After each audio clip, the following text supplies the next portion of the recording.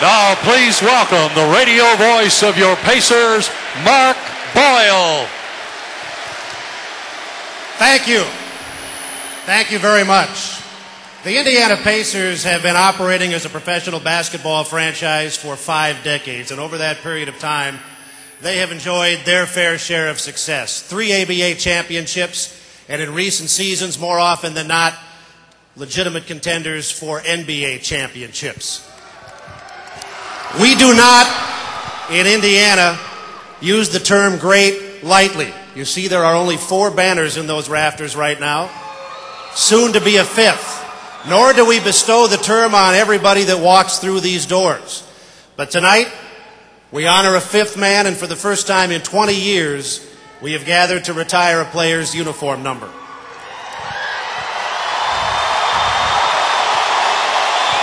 Reggie Miller has touched an awful lot of people, and some of those people who are very special to Reggie are with us tonight. We'd like to introduce some of them to you.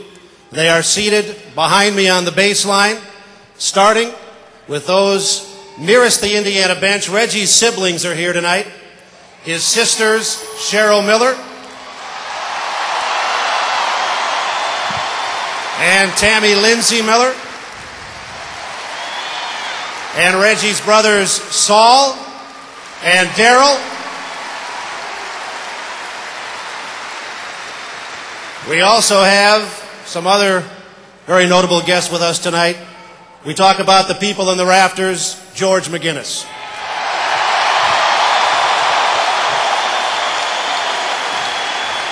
Representing Mel Daniels, who could not be with us tonight, Mel's wife, Cece Daniels.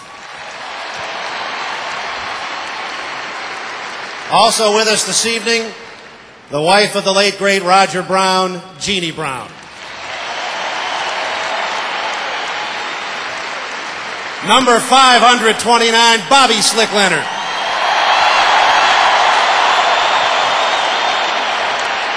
We also welcome a number of Reggie's teammates tonight. Mark Jackson, Chuck Person, Dale Davis, Antonio Davis, Al Harrington, Vern Fleming, Sam Perkins, Derek McKee, LaSalle Thompson, Eddie Johnson. We also have some dignitaries on hand tonight. The governor of the state of Indiana, Mitch Daniels.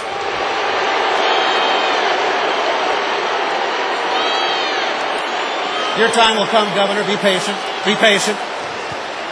Also with us tonight, the Deputy Mayor of the City of Indianapolis, Steve Campbell. And the President of Pacers Sports and Entertainment, Donnie Walsh.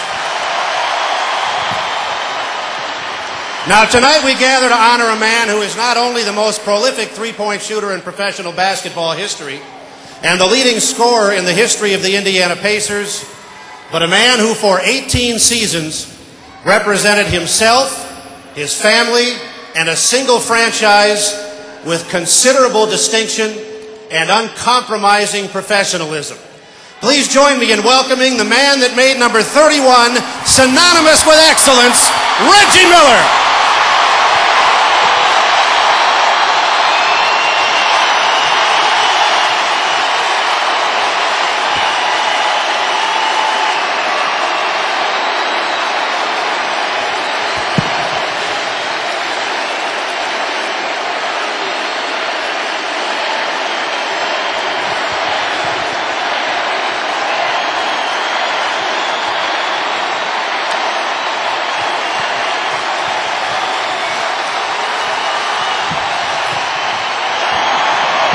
It is very, very rare that an athlete touches those beyond his immediate community, his teammates, his opponents, his coaches, his franchise. But there are rare exceptions. There are athletes who bond with a community and bond with a state, and Reggie is clearly one who has been able to do that over the course of his career. And with that in mind, we have invited three people to join us in tonight's program. Please welcome the governor of the great state of Indiana, the Honorable Mitch Daniels. Thank you. Tough crowd here. Reggie, you really put us all in the what's left to say and what's left to do category for all you've done. You've already entered the list of legends of basketball players in this state. Oscar and Larry and George and my Uncle Mel. But Reggie, we revere you not just for the way you play the game, but for the way you live your life. We admire character in Indiana, and you have embodied character for the entire career that you've spent with us.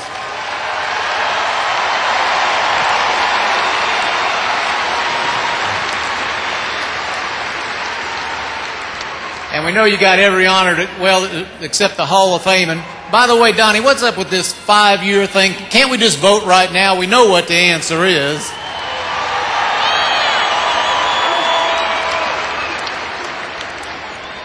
So I tried to figure out what it was we could give you. I ordered a Bentley, then I remembered. Pacers already took care of that.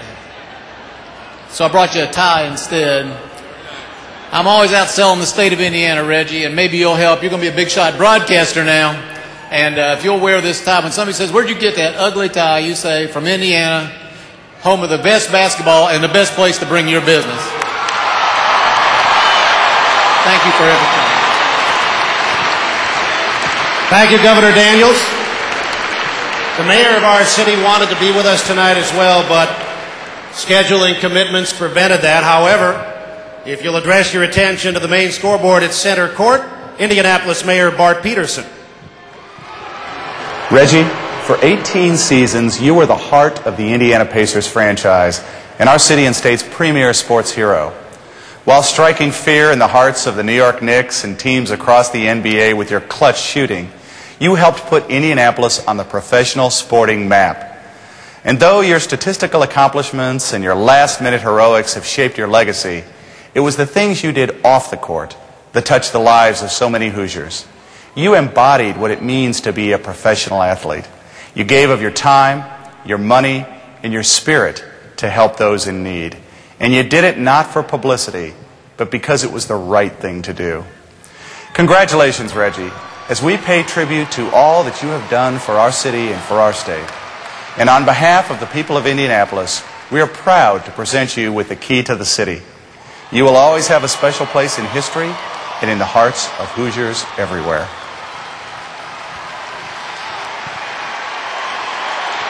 Ladies and gentlemen, here to present the key to the city, Deputy Mayor Steve Campbell.